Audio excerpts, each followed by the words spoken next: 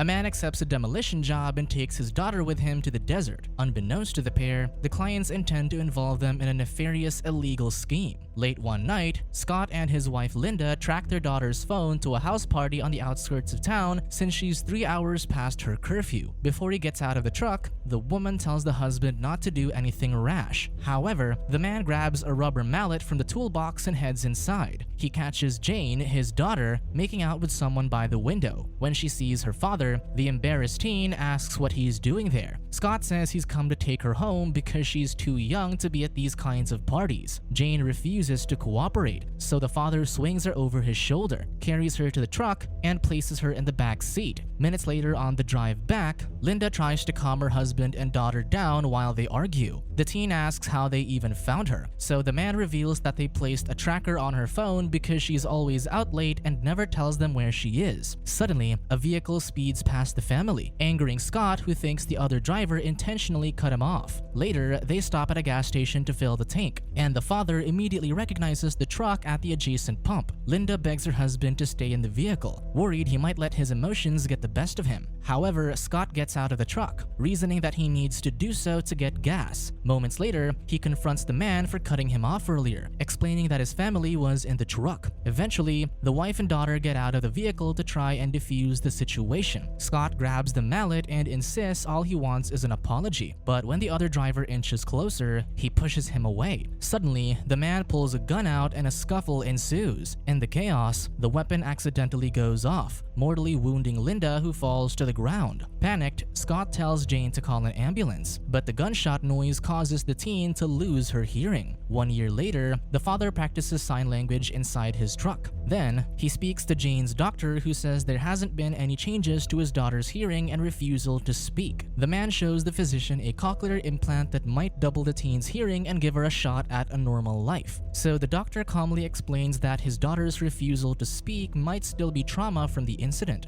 but adds that he realistically can't afford the implant procedure because it's $30,000. She tells the man to stop rejecting the idea of learning sign language because it's the most practical means of communication for Jane. When he tries to talk to the teen, she flips him off and treats him with disdain, implying a strained relationship following Linda's death. Soon, they arrive at Scott's demolition service business, but before he goes inside, he asks Jane if she'd like to join him on a fishing trip that weekend because he doesn't feel comfortable leaving her at home alone. The daughter reminds her father that she is old enough, but he counters that it could be the start of a new family tradition. Later, the man's employee, Pablo, informs him that he has a customer waiting in the office. Inside, Victor, or Vic, introduces himself and says he's there for a demolition job on behalf of his friend. He says the friend lost his house to his ex-wife during the divorce and he wants Scott to strip it clean because he technically still owns everything inside. At first, the man turns down the job because he has plans for the weekend, so Vic says he can keep all the fixtures from the house, then places 3 bundles of cash amounting to $30,000 on the table, and adds that he'll get another $10,000 once the job's done. Since he needs the money to fund Jane's cochlear implant procedure, Scott finally accepts the offer. As they finalize the deal, Vic says the job is to strip and dig only, emphasizing that they leave the walls alone. Meanwhile, the teen watches the two men shake in agreement and then spots Vic's girlfriend Lola standing outside the establishment. 2 days ago, Vic answered a call from a friend who informed him that someone's about to move into the house in the desert. He asked if it had anything to do with Lola's cousin because he's already taken care of him. Then, the friend says he'll send Vic the details of a local contract that'll get the job done as soon as possible. After the call, Vic told the tied-up man that they wouldn't need him anymore and shot him. Lola heard the noise and proudly reminded her boyfriend that he promised she'd kill the next one. Vic told the woman they needed to return to the desert, which she wasn't happy about. In the present, Jane reveals that she reads their lips through the window and that they won't go fishing. So Scott says it's good money that they can use for her implant procedure. The daughter points out that they won't need her for the job, but he insists coming along and helping him and Pablo out will do her some good.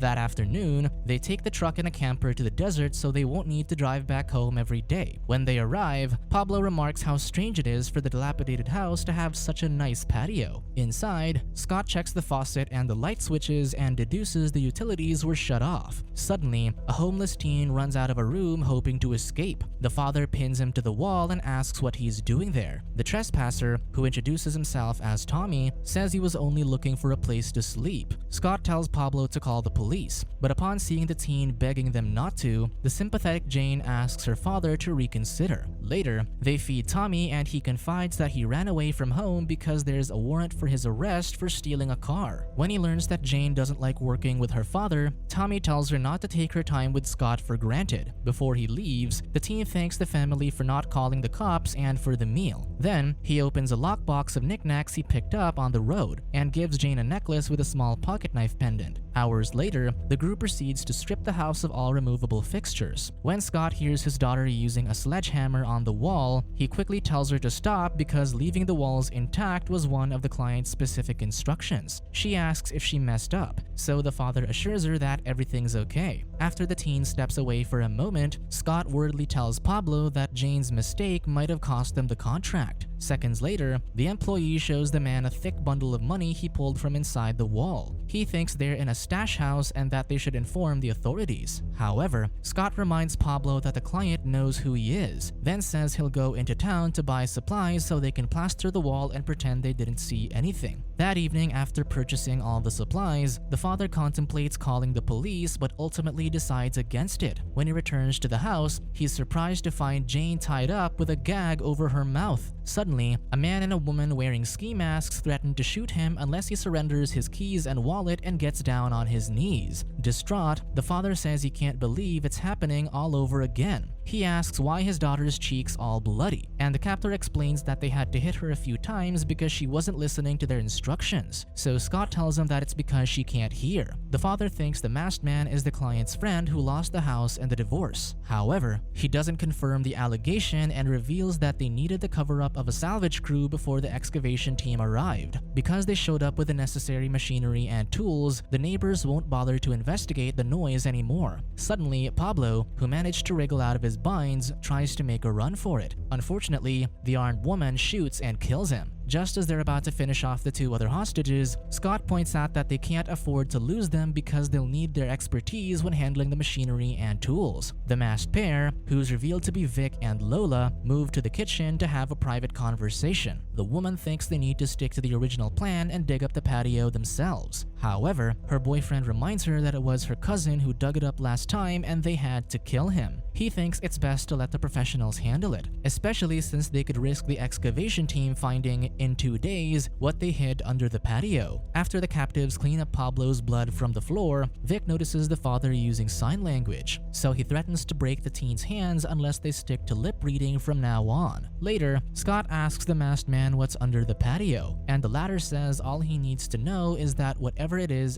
all he wants, adding that he'll even let the captive keep all the money in the walls once the job's done. By the campfire, Vic orders Jane to make him coffee, so the teen heads inside the camper. Minutes later, Scott reveals that he knows who he is, prompting the captors to finally remove their masks. Then, the armed man remembers him saying that he can't believe it's happening to them again and wonders what he meant. So the father shares how he lost his wife and how his daughter became deaf that fateful night 1 year ago. The pair asks if he blames his daughter for Linda's death. Unbeknownst to Scott, Jane reads his lips and sees him answer yes. However, he admits that he too played a part in everything that happened that night that led to his wife's demise. Angry and heartbroken, the teen tosses the coffee at the couple. Furious, they point their weapons at her, so Scott begs them not to hurt Jane. Eventually, after everyone calms down, Vic locks the father and daughter in the camper to make sure they don't escape in the night. The next day, the grumpy teen confronts Scott for saying what he said last night, so he tries to explain that he didn't mean any of it. Suddenly, she barges out of the camper, past the armed couple, and tries to run away. To get her to stop, Vic fires his gun, missing Jane by a few inches. Then, he threatens to end her father's life if she tries to escape again. Later, the armed man tells Scott that he doesn't want to hurt him or his daughter because he's a family man himself. He adds that the father reminds him of his brother who graduated from Texas State University. He shares that whenever they got into an argument, his brother would knock his school ring on the table to remind Vic that he has a degree. Then, Scott remarks that he now knows who the black sheep of the family is, annoying the captor. He says his brother's dead, but when the hostage asks how he died, Vic refuses to answer. Meanwhile, in the bathroom, Lola tells Jane that her boyfriend was soft when they first met and that he always let his college-educated brother walk all over him. she adds that it took a while to toughen him up, which is why he's the way he is now. Then, she insists on putting makeup on the teen's face, and while doing so, tells Jane how lucky she is to have a father. The woman shares that she only saw her father twice her whole life, when she was born and when he took advantage of her as a teen. Later that day,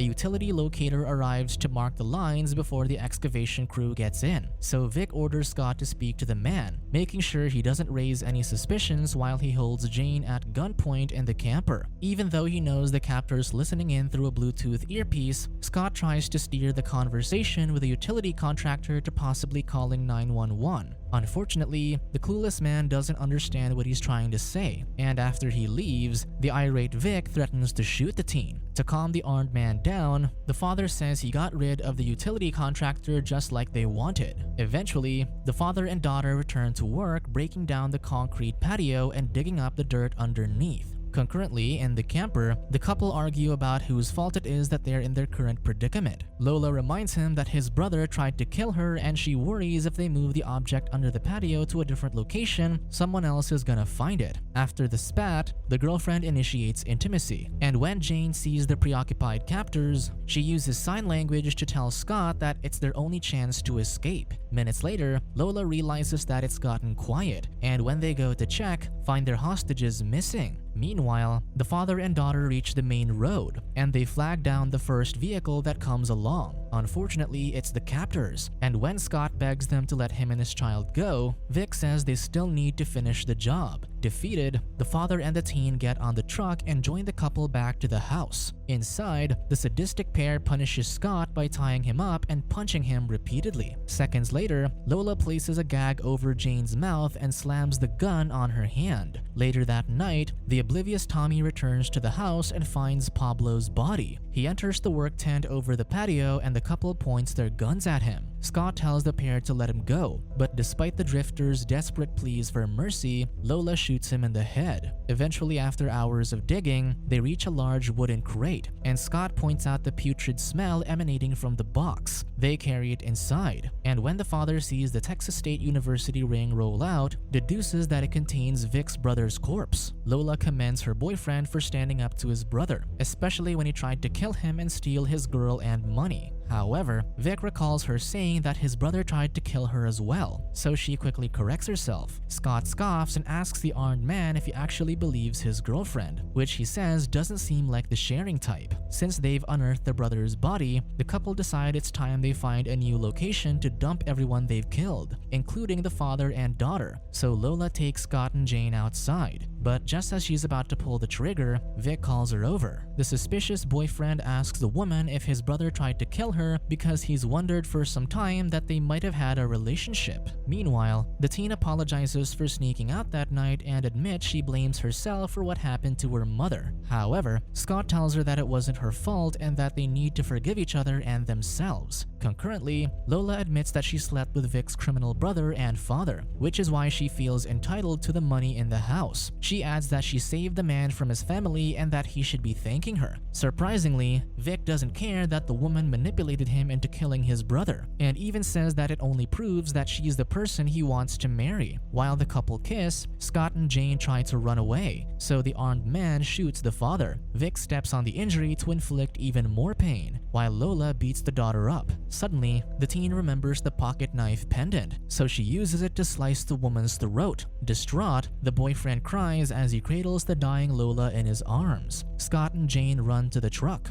but before they drive off, the vengeful man pulls the father out of the vehicle and slams the door on his body several times. A scuffle ensues, with Vic having the upper hand. Determined to save her father, the teen speaks for the first time in a year and calls out to him. After a split second of surprise, Scott pushes the armed man off him and kicks his leg so he falls to the ground, thus allowing the daughter to run him over with a truck and into the shed. Seconds later, the man assures the traumatized daughter that everything's alright, and she says she loves him. As the sun rises on the horizon, the pair drive back to town with bundles of cash on the dashboard.